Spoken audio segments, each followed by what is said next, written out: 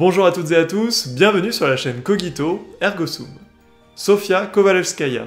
Vous ne la connaissez pas et c'est bien dommage. Elle est connue pour être la première femme à obtenir une chaire de professeur d'université. Son parcours scientifique fait partie de l'un de ceux que j'ai trouvé le plus admirable et le plus difficile. C'est donc avec plaisir qu'aujourd'hui je vous présente la vie et l'œuvre de l'un des plus illustres mathématiciens russes de son époque, qui n'est autre qu'une mathématicienne.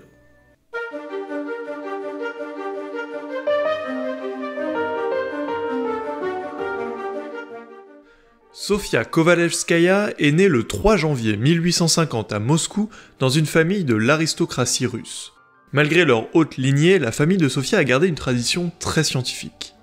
En effet, le général Fedor Schubert, son grand-père, avait mesuré la Terre, et son père, le général Vassili Korvin-Kroukovski, était féru de mathématiques. Très jeune, Sofia est initiée à son tour aux mathématiques grâce aux feuilles de cours du non moins célèbre mathématicien Ostrogradsky, ami de la famille. Ses parents ont en effet eu l'idée incroyable d'utiliser ces feuilles comme tapisserie pour sa chambre d'enfant. Nous sommes à l'époque des tsars de Russie, qui régnaient avec un pouvoir absolu sur une population composée à moitié par des serfs, c'est-à-dire de véritables esclaves. Il y en avait près de 60 millions en 1850. Contre les injustices sociales et la violence du régime, seuls quelques étudiants et des intellectuels osaient s'opposer, très souvent en usant eux-mêmes de violence. C'est dans ce contexte agité qu'est né le nihilisme, très apprécié par les jeunes. Des jeunes parmi lesquels Anna, la sœur aînée de Sofia, qui éveilla sa petite sœur à ce courant. Les jeunes filles nihilistes avaient trouvé un bon moyen pour fuir leur milieu et faire des études. Contracter un mariage blanc. C'est-à-dire un mariage pour la forme dans lequel chacun des époux conservait sa liberté. C'est ce que fit Sofia à l'âge de 18 ans en se mariant avec un jeune aristocrate que lui présenta sa sœur Anna, Vladimir Kovalevski.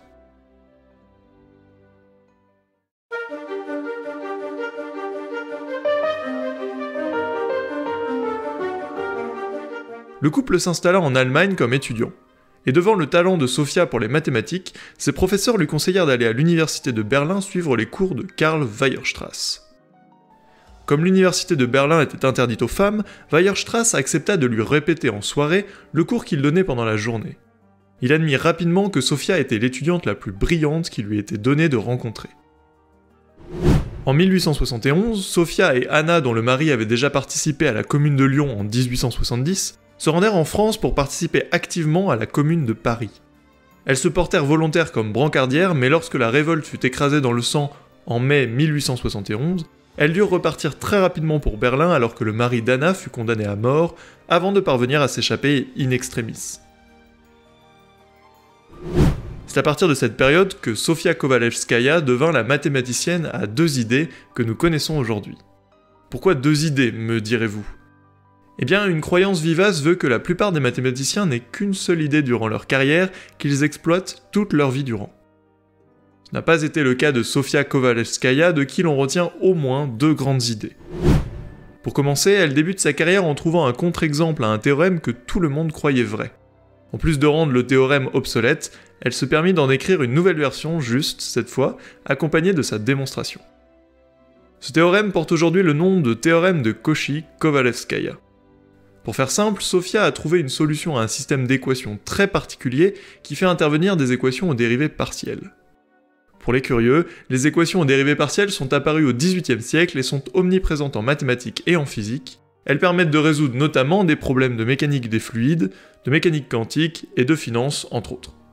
Le mathématicien Cauchy est célèbre pour avoir travaillé sur ce sujet, mais avec son théorème, Sofia Kovalevskaya généralise le travail de Cauchy à de nouvelles équations. Curieusement, ce théorème associe deux mathématiciens aux idées politiques diamétralement opposées. Alors que Sofia était nihiliste, Cauchy était un ultra-royaliste qui avait horreur de la démocratie. Il a notamment préféré s'exiler plutôt que de vivre en France, qui après la révolution de 1830 avait introduit quelques éléments de parlementarisme. Finalement, ce ne sont rien de moins que 3 articles que Sofia Kovalevskaya présenta pour soutenir sa thèse en 1874.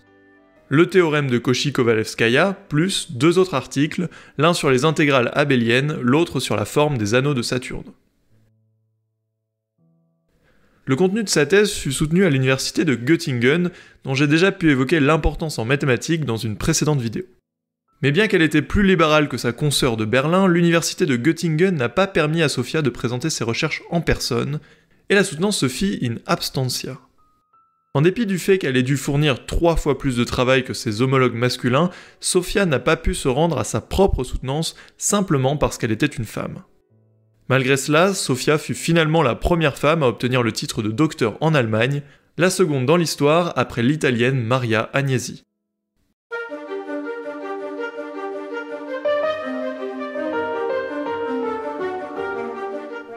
En 1876, Sophia retourna en Russie. Elle finit par tomber amoureuse de son mari, eut une fille en 1878, mais ne put travailler en mathématiques. De son côté, son mari se ruina en spéculant, puis se suicida en 1883 en avalant du formol. Sophia retourna alors en Europe de l'Ouest mener la vie de mathématicienne qu'elle aimait. Elle eut d'abord beaucoup de difficultés pour trouver un poste dans une université.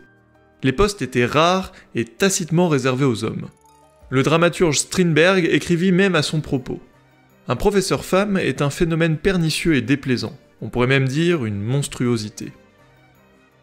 Elle finit par rencontrer le mathématicien suédois Mittag Leffler, plus progressiste, qui l'apprécia davantage.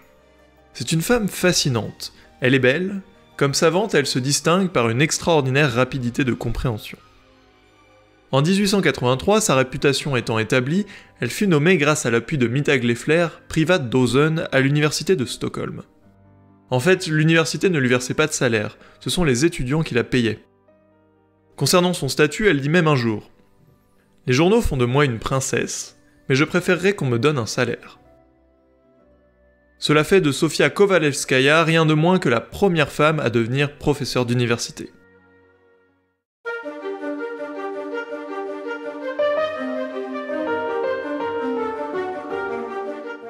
Pendant le reste de sa carrière, elle s'est attaquée à des problèmes mathématiques épineux, en particulier concernant le mouvement d'un solide autour d'un point fixe lorsqu'il est soumis à la pesanteur. Son approche était si novatrice qu'elle a largement inspiré de nombreux autres mathématiciens dont le célèbre Poincaré. Mais Sofia Kovalevskaya n'est pas seulement mathématicienne, elle est aussi écrivaine. Pour Sofia, mathématiques et littérature permettaient d'imaginer le monde pour le comprendre. Elle disait « Il est impossible d'être mathématicien sans être poète dans l'âme. Les mathématiques sont la science qui demande le plus d'imagination. » En littérature, son inspiration était liée à l'injustice dont elle était témoin. Sofia Kovalevskaya est une femme hautement engagée comme le prouvent ses propos. Un État démocratique, s'il n'est pas vraiment socialiste, est la plus grande horreur que l'on puisse rencontrer.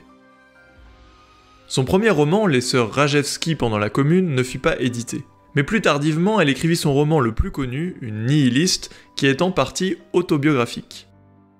Dans cette œuvre, elle raconte la vie d'une jeune aristocrate russe, Vera, qui découvre l'esclavage et la misère des serfs. Comme forme de lutte, Vera se lance dans l'éducation des jeunes paysans puis estime que seule une révolution peut mettre fin à cette misère. Elle assiste au procès de camarades nihilistes et tombe finalement amoureuse de l'un d'entre eux, puis le suit au bagne en Sibérie. Une nihiliste raconte l'histoire d'une femme qui trouve au hasard de la vie la cause qui justifiera son existence et ses combats. Il est impossible de ne pas y voir ici le reflet de la vie de son auteur.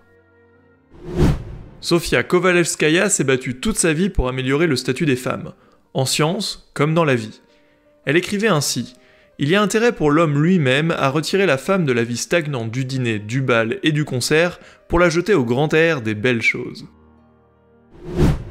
Elle a dû subir bien des vexations. Ainsi, lorsque Mittag Leffler avait proposé qu'elle soit élue à l'Académie des sciences, sa candidature fut rejetée. Le secrétaire de l'Académie avait déclaré alors « Si l'Académie commence à élire des femmes parmi ses membres, dans quelle espèce irons-nous chercher les suivants ? Auquel des êtres de la création s'arrêtera-t-elle » Puis, lorsqu'appuyée par Poincaré elle obtint le prix Bordin, la femme du mathématicien Hermite s'exclama « Faudra-t-il l'inviter alors dans notre salon ?» Finalement, une de ces remarques va nous permettre de résumer sa vie qui s'acheva à Stockholm le 10 février 1891. Je pense que ma destinée est de servir la vérité dans les sciences, mais aussi de travailler pour la justice en ouvrant de nouveaux chemins pour les femmes.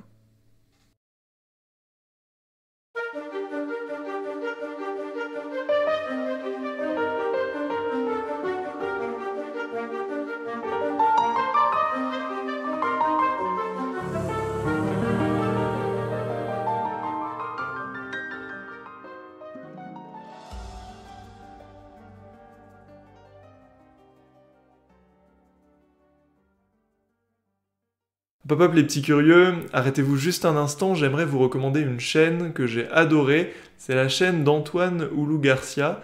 Si vous aimez les mathématiques, si vous aimez déjà ce que je fais sur ma chaîne et si vous aimez également l'histoire, c'est la chaîne idéale pour vous sur laquelle vous allez trouver un très très bon complément à ce que je fais déjà ici.